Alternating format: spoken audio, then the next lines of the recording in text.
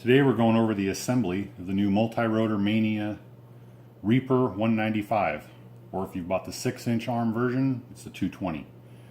You can get it at multirotormania.com. Plenty of color options. There's a 4mm arm version. The 4mm arms are 4mm thick, gives you a 195 wheelbase. They're about 12 millimeters wide in the center section. The 5mm arms are 8 millimeters wide. They're actually slightly stiffer. The 4mm arms are slightly lighter. The 6-inch is a 5mm arm, and it's 11 millimeters wide in the center section. All have proven to be extremely stout.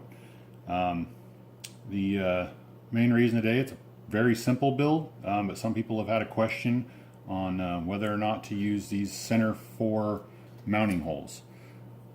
The center 4, or the inner arm mounting holes, are a 20 millimeter standard. So if you choose, you can run a longer bolt protruding through the nuts and then use a standoff on top to mount a Furious FPV Pico flight controller, or some of the others that are coming out in a 20 by 20 standard.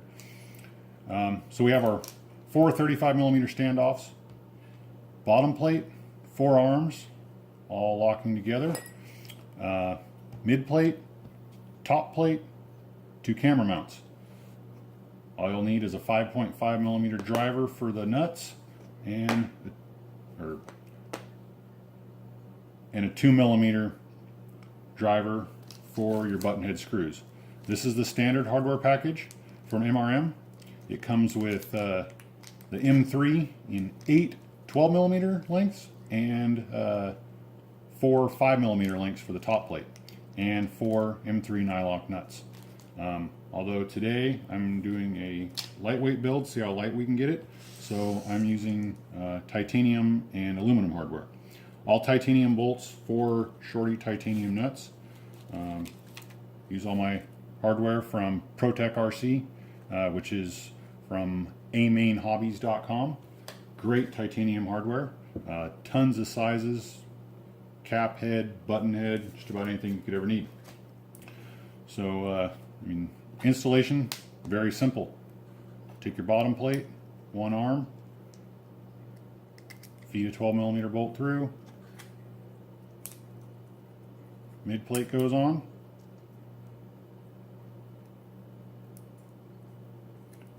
nut, that snug down a little bit, next arm, so it takes a little bit of fidgeting to get it all to line up the first time.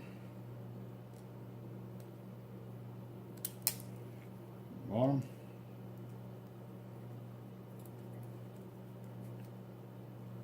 Next nut. These center bolts finish off the rigidity, keeps the bottom and top plate or mid plate in tension and compression. If you run just the outer ones, I seem to have locked that up. There we go. If you run just the outer bolts, you run the risk of it deflecting a little bit in the center and breaking. Haven't had any breakages running all 4 bolts.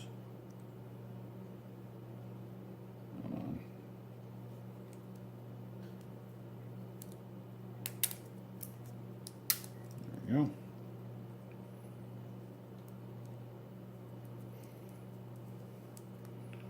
The key to the rigidity is the very tight fit, good and snug. You'll have to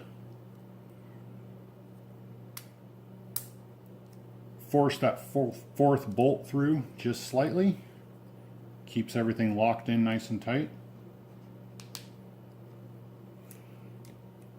In this case, we're using standard flight control, so we'll use standard length bolts on the inner nuts. The outer nuts are the standoff.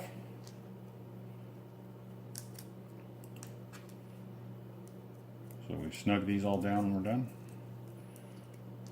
I don't suggest tightening the center bolts until you get the outers in, keep everything lined up good and square.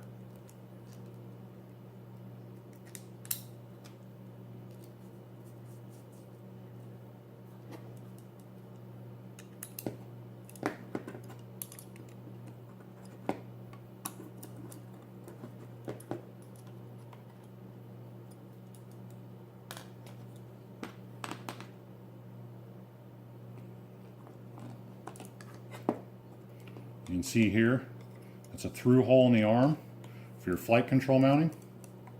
Whether you use through bolts or standoffs, feed them up through there. In the event you break an arm, undo that one bolt, drop it out, take out the other two, change out the arm. Very simple for an interlocking arm system.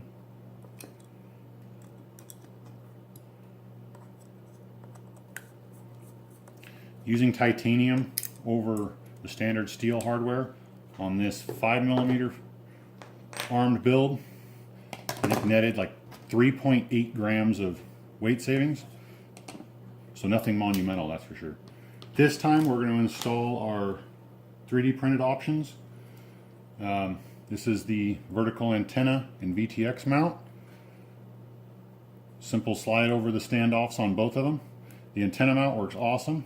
Gives quite a bit of lateral support. Still lets it flex, deflect out of the way, but when it gets pushed to the side, because it's triangle, kind of brings it back to center.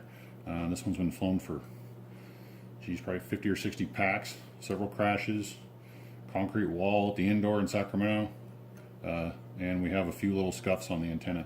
So holds up really, really well. Strap holes for the zip tie. One large hole for wiring to pass through. The antenna mount goes upside down, so flat side up. There's notches here that match the frame and arm plates. So you simply slip it over the top, feed it all the way down, locks in wonderfully. Next, VTX mount, slipped over.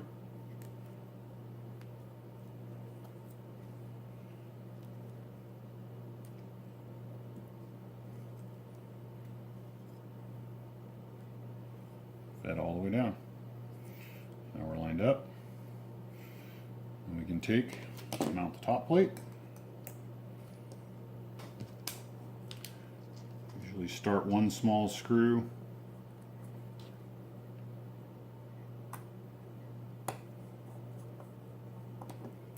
On the corner.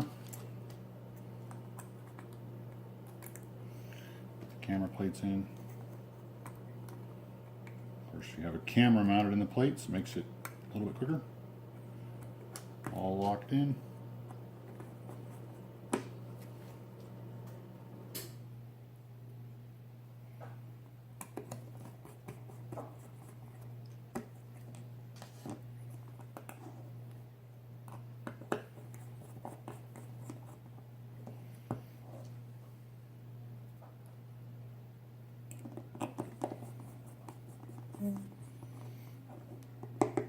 That, got your assembled frame. Very rigid, 4mm arms. Thing lines up well. It's a done deal. So don't forget to go to multirotormania.com, pick it up. If you need some titanium hardware, Amine Hobbies ProTech line, got you covered.